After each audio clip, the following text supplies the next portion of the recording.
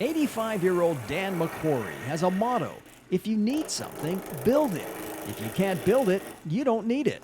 And that's one reason he enjoys working with wood in his shop. And this iPad holder he made out of juniper is an example of his creative thinking. He has another passion: making his community smoke-free.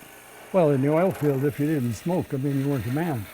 That was simply the attitude back in the 60s. The former oil worker, he did work on Leduc number 1, was himself a one-time smoker, 4 packs a day plus cigars.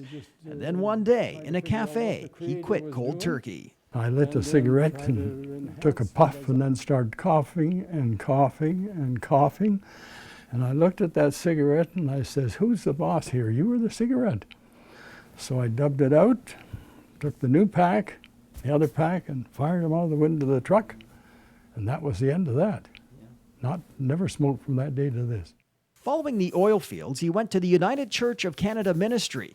He eventually ended up in Salmon Arm in 1966, and that's where he took up his fight against tobacco.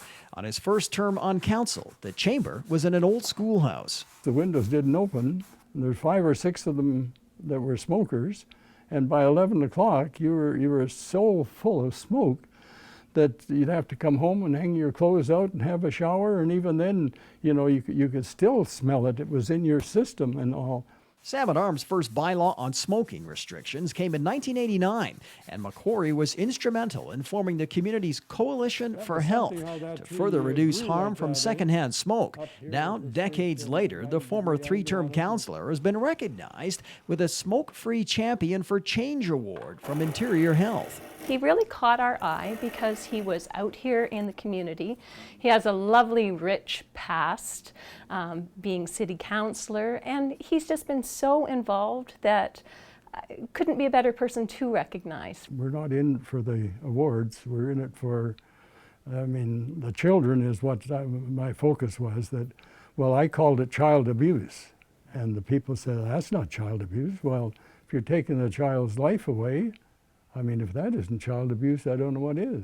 Remember, it was a different attitude towards smoking in the 1970s. It was allowed in restaurants, bars, at work, and even on airplanes. McQuarrie was a pioneer, and his attitude towards tobacco reduction didn't sit well with a lot of the population. What I've heard, that Dan has been pretty gutsy, and to the point that even "let's run him out of town," I believe was a statement that was written in an editorial. This happens to be 37 years since I spoke about it.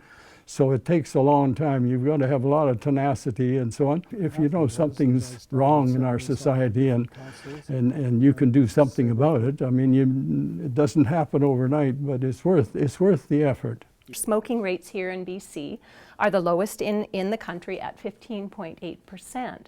So we are making wonderful strides. You can always do more, but we've come a long way. The guy isn't done yet, though. McQuarrie is hoping the recognition from the award can help invoke further bans on smoking in parks and at beaches. And so I've already written the letter, and I'm not sure where it's at in the council, but I'm pursuing, and I'll be pursuing it on a full-time basis until we get that done, for sure.